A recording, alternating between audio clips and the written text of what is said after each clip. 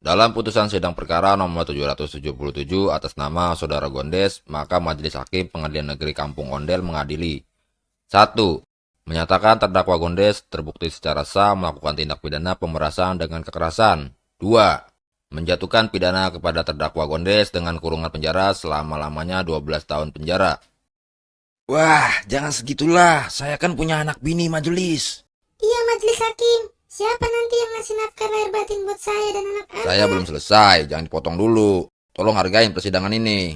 Kita lanjut ya. 3. Membebankan biaya perkara sebesar Rp20.000 kepada terdakwa.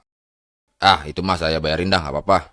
4. Memberikan kehidupan yang layak untuk istri dan anak-anak terdakwa Gondes, serta memberikan nafkah, terutama nafkah batin untuk istri terdakwa yang kebetulan akan saya nikahi. Loh. Saya enaknya aja mau ngambil bini aye. Mohon maaf, saya tidak memaksa. Itu semua tergantung dari istri terdakwa.